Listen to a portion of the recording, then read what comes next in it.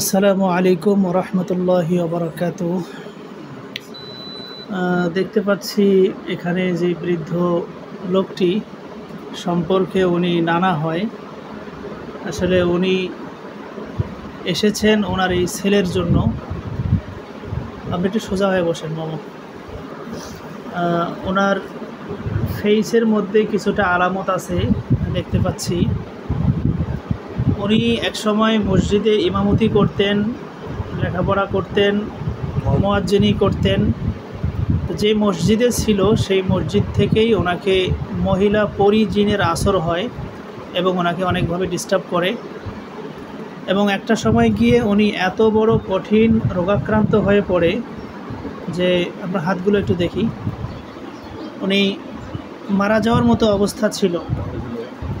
আমরা 1 মাস আগে ট্রিটমেন্ট দিয়েছি, অর্থাৎ আমি এবার রমজানে 2025 রমজানে ওমরায় যাওয়ার আগে এই মামার ট্রিটমেন্ট করে গিয়েছিলাম। তো আলহামদুলিল্লাহ 1 মাসের ট্রিটমেন্টে উনি অনেকটা সুস্থ হয়ে গেছে। ওনার পাগুলো দেখি, এই যে পায়ে পুরা ঘা ছিল এবং এমনভাবে ঘা ছিল যে মনে হচ্ছে বুঝি কেউ কেটে কেটে লবণ দিয়ে রাখছে, এরকম একটা অবস্থা, এবং কালো হয়েছিল। আজকে উনি একা এখানে প্রবেশ করছে আমাদের এখানে হেঁটে হেঁটে। প্রথম দিন কয়জন মিলে নিয়ে আসছিলেন দাদা? এটা বলেন, জোরে বলেন। ভাড়া করে নিয়ে আসছিলাম, হাঁটতে পারেনি। আজকে ও নিজে চলাফেরা করছে এবং নিজে আসছে আলহামদুলিল্লাহ। তো আপনাদের যে আমি সেবা করতে পেরেছি, কিছুটা হইলেও উপকার পেয়েছেন, এটা দেখে আমার কাছেও ভালো লাগতেছে। সেই জন্যই আপনাদের সাক্ষাৎকার নিচ্ছি। তো সকলেই দোয়া করবেন ওনাদের জন্য। আসলে এই শয়তান জিনের কারণে, এই মহিলা পরি জিনের কারণে উনি এখন অনেকগুলো রোগে আক্রান্ত ছিল। এখন রোগগুলোও কমে গেছে। যেমন ওনার ক্যান্সার হয়ে গেছে, ওনার লিভারের সমস্যা, পিত্তথলিতে সমস্যা, এবং ফেসের মধ্যে দেখেন কত সমস্যা। তারপরে ওনার পুরো বডিতে ঘা, এবং একজন লম্বা মানুষ। আপনার উচ্চতা কত? প্রায় 6 ফিটের মতো। 5 ফিট 7 ইঞ্চি, অথচ ওজন দিলে 40 কেজি ওজন হবে। এখন তো তার ওজনটা বাড়ছে। 68 কেজি ওজন ছিল আগে। হ্যাঁ, 68 কেজি ছিল, তারপরে 85 নেমে আসছে। তা আজকে তো আপনার মনে হয় মিনিমাম 5-6 কেজি ওয়েট বাড়ছে তদবির করার পরে। আচ্ছা, আপনি এমনি ডাক্তারি ট্রিটমেন্ট করতেন কত বছর ধরে? 2020 সাল থেকে 2025 সাল, 2020 সালে শুরু করছি। আচ্ছা, এত ট্রিটমেন্ট করছেন, ডাক্তারি ট্রিটমেন্টে কোনো উপকার পেয়েছিলেন? 2020 সাল থেকে 2024 সাল সুস্থ ছিলেন।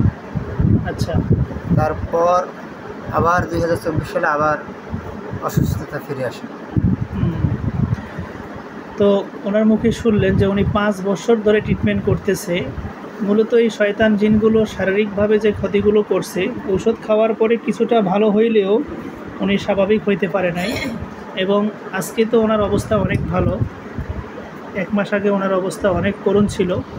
তো আমরা আশা করতেছি ইনশাল্লাহ উনি পুরোপুরি সুস্থ হয়ে যাবে।